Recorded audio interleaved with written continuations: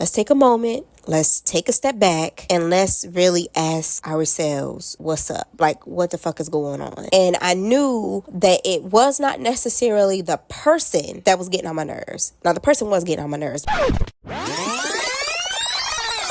Hey y'all, it's your girl JahnaSia or JahnaSia B. Welcome to Living in Alignment, a podcast where I share my alignment journey with the hopes of helping women like you live a life of fulfillment by reconnecting with our true selves. We're getting out the passenger seat of our lives, getting in the driver's seat and taking control so that we can live the life of our dreams now, not later. Now listen, it's healing energy over here, sis. We're talking all things self-love, self-development, spirituality, mental health, and everything in between. So if you feel like I'm dragging you, know it's all in love. Without further ado, let's get to it.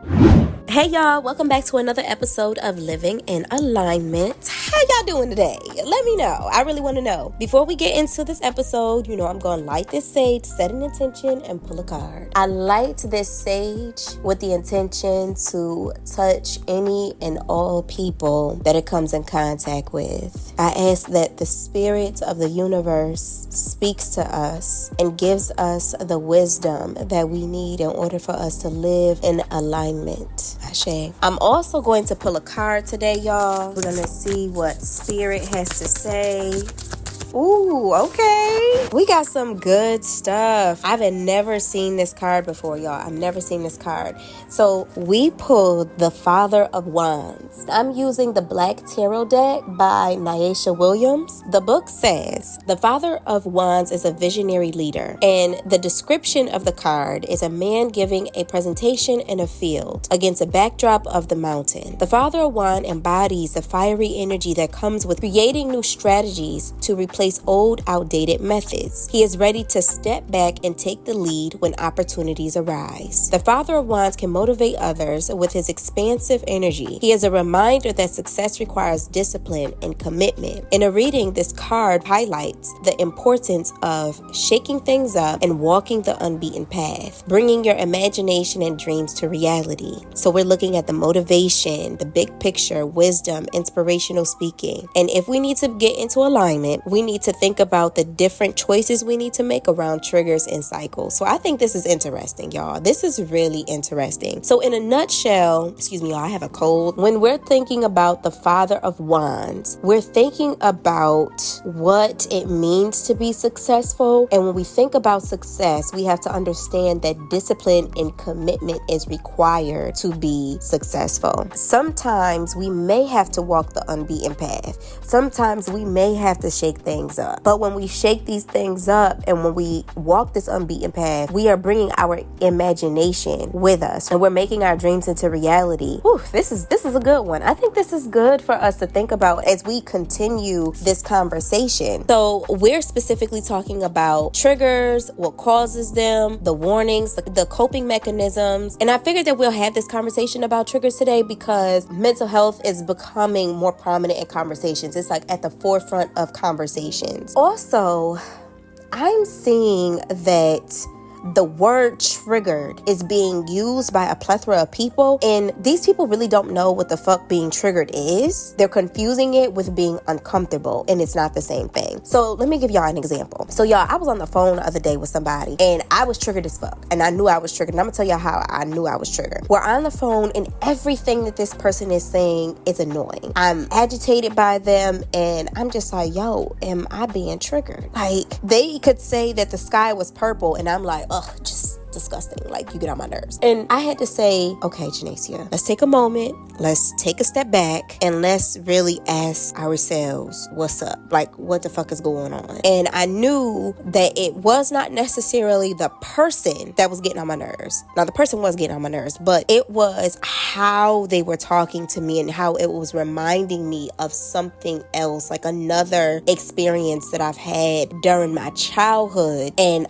I realized that the anger and the frustration that I had, that I was taking out on the person, it wasn't necessarily meant for that person. Like, the person was reminding me of a parent and how a parent once spoke to me. And because it was reminding me of how a parent once spoke to me, I was like, this motherfucker got me fucked up. So I was taking that anger out on them. Now, granted, the way they were talking to me wasn't acceptable, but at the same time, the emotional response that I had towards them wasn't warranted either, because it wasn't meant for them. Sure, they were getting on my goddamn nerves, but the way I reacted wasn't for them. It was meant for the parent. So that's what leads me to this conversation today, because of that whole thing. And I was like, yo, I really got to bring it to the podcast and talk to the people about what it means to be triggered and how to recognize your triggers. So let's start off with what it means to be triggered. So being triggered is when you experience a strong negative emotional reaction in response to a current situation that is disturbing to you in some way. So again, we have to remember that being triggered is not the same thing as being uncomfortable. So for individuals with a history of trauma or abuse, right, triggers are often stimuli that brings up involuntary memories of their traumatic past experiences. Feeling triggered isn't just about something rubbing you the wrong way. It's about your mind going back in time and reliving an experience. So for instance, someone who may have a history of trauma, being around anything that reminds them of that traumatic experience can make them feel like they're experiencing the trauma all over again. So for example, if you had an abusive parent and they made you feel unimportant, and now you're in a relationship with someone and you all are arguing about something. People argue in relationships. It's regular, right? But they make you feel like what you are saying is unimportant. And you begin to react to them as if they were the parent that used to make you feel unimportant as a child. So you may react and say something like, you always make me feel like anything I have to say to you is unimportant. And the person is looking at you like, what? Like, how could you say something like that to me? But in your mind, you aren't arguing with your partner. You're arguing with the parent that made you feel like you were not important and what you had to say was not important. So now you're saying all of the things that you couldn't say as a child to the parent. Now you're saying it to your partner. So hopefully that gives you just like a little insight. But if you need more information, of course, I will go on Dr. Google, but also I would reference the Very Mindful article that I got a lot of this information from, where it talks about triggers and what to do and how to cope and all of that good stuff. It's by Arlen Kunick. Hey there, I know you're busy listening to the show, but I just wanted to let you know that I appreciate you. Out of all the podcasts out there in podcast land, you decided to listen to me, and I just want to say thank you, boo. Living in alignment is not easy, and while this is a labor of love, it is labor nonetheless. So if you want to donate to the show, you can always cash app us. This episode is sponsored by Alignment Home and Lifestyle, a wellness brand dedicated to empowering people to stop existing and start living by reconnecting with who they truly are. With spiritual energy healing journals along with sacred spaces, we are dedicated to helping you return to your truest form. Cheers to recognizing your power and making the shift. Cheers to saying fuck it, I let that shit go, and cheers to reconnecting with you. Congrats, boo.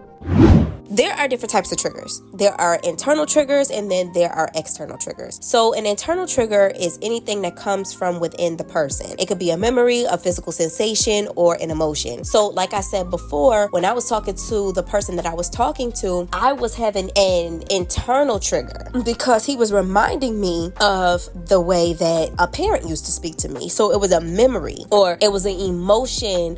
It was an emotion that I once felt with my parent, and now I'm having a conversation and he's making me feel a similar way. Another example could be like if you're exercising and your heart begins to pound in a way that is similar to you running from an abusive partner. Some common triggers are anger, anxiety, feeling overwhelmed or vulnerable or abandoned or out of control, loneliness, muscle tension, memories tied to a traumatic event, pain, sadness, and again, our brains don't really know the difference when we're triggered. It doesn't know the difference between the current situation or the past situation. All it knows is that you are making me, or the person, whomever, the situation is making me feel the same way that I felt, and it was traumatic, and now my body is starting to respond in the same way that it responded during that traumatic event, but now in the present.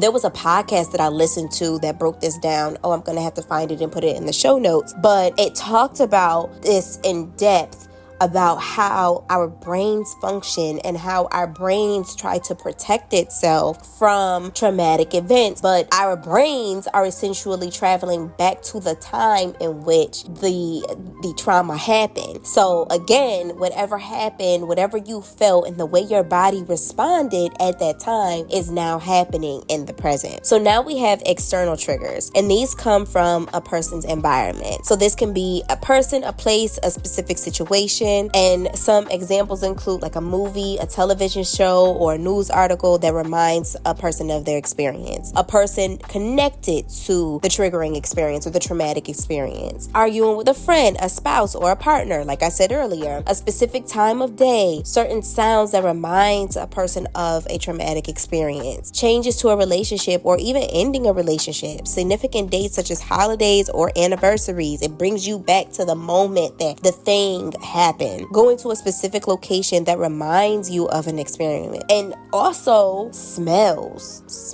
such as smoke. So it's important to remember that triggers typically elicit strong negative emotions like fear, anger, or even shame. And sometimes people feel unsafe or threatened, and as a result of this, they begin to like panic, or they try to escape a situation. They may begin crying or acting out or becoming defensive. And again, this is your brain traveling back in time to that moment, and you're like, oh my gosh. So you're not the 30-year-old you. You are the 12-year-old you, or the 9-year-old you, or hell, the 20-year-old you when all of this shit happened in the first place. Now, how are triggers formed? From a professional standpoint, they have not really honed in on what precisely causes triggers, but they have guesstimated that the brain stores memories from a traumatic event differently from how memories are stored from a non-traumatic event. And based on all my research from people like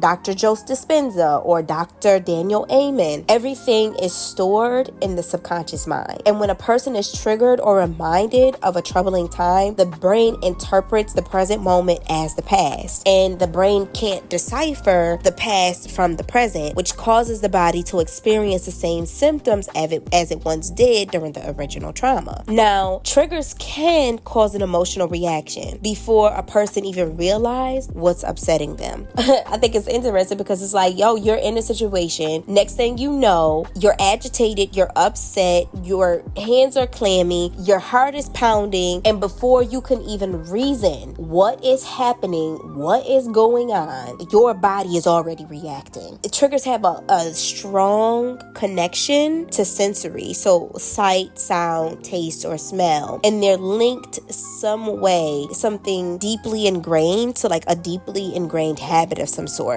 which I think is interesting. Some refer to this as traumatic coupling, in which a trigger is connected to a traumatic experience, which causes you to relive it and associate those symptoms. So like I said earlier in the previous examples. So here are some risk factors, right? So certain factors can increase a person's risk of developing a trigger. The period in which the trigger happened, or the period in which the situation happened. So it could be during emotional development when the trauma occurred, the duration and the intensity of the traumatic experience, the characteristics of the event, including how extreme it was, being psychologically, physically, or emotionally harmed, an individual's characteristics, including personality traits, sociocultural history. So, hell, a lot of times I caught myself being triggered by white people in ways that reasoning cannot explain. It's like, I know what the sociocultural history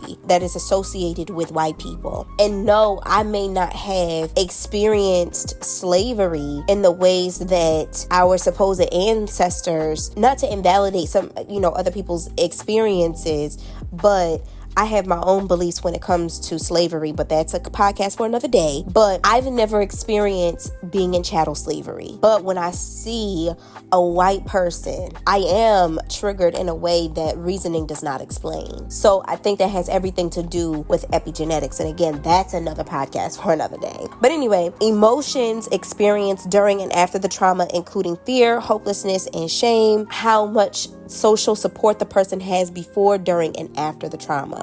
right? So how can we cope with triggers? Coping mechanisms are the strategies people often use in the face of stress and or trauma to help manage painful or difficult emotions. Coping mechanisms can help us adjust to the stressful event while helping us also maintain our emotional well-being. Some coping mechanisms include calling on your social support, deeply breathing, exercising, expressive writing, keeping a journal, mindfulness meditation. Hell, it could be screaming into a pillow. It could be squeezing your fist really tight. Whatever it is that helps you cope with the difficult emotions. That does not include drinking and smoking and engaging in harmful activities to your body, though. I just want to put that out there. Learning what our physical bodily responses are to triggers can empower us to prepare and cope with said triggers. So if we learn or recognize what our physical signs are, such as changes to our breathing, we can employ strategies to help calm ourselves down and shift our emotional state. But ultimately, the goal should be to detach ourselves from the trigger, to recenter and focus on our coping strategy, right? So instead of focusing on whatever the situation is, we need to focus on the goal. So the goal is to calm ourselves down. Our goal is to bring ourselves back to center. Our goal is to focus on, let's just say, breathing. Essentially, energy goes where our focus goes, right? So if our focus is on the situation at hand that is causing us the distress, that's where the energy is going to go to. But if our focus is on bringing ourselves back to center, bringing ourselves back into character, that is where the energy is going to flow. I also want to note something, because I found myself doing this at one point where I was being avoidant, where I was like, if I just lock myself in the house and not deal with people, then I can't be triggered, right? But that was actually counterproductive, because I could be reminded of a traumatic event by reading or smelling something, or, just whatever. Because it's an internal trigger, it's not external. It's important to connect with people because we're human beings and we have to connect, but we cannot avoid these negative emotions. We can only learn how to cope with them. A mentor of mine, he said this to me a while ago. He said, at some point we have to accept the fact that there are some things that we are going to have to deal with for the rest of our lives, and we are going to have to put certain processes, procedures, and strategies in place that help us cope with whatever it is that we are dealing with. We can't avoid it. And I know I usually do the rocking chair wisdom segment, but let's just say that right there, that's the rocking chair wisdom. Y'all, I hope this episode touched you. I hope that it helps somebody learn what triggers are and how to cope with it and what to do. But until next time, love, peace, and high vibrations, y'all.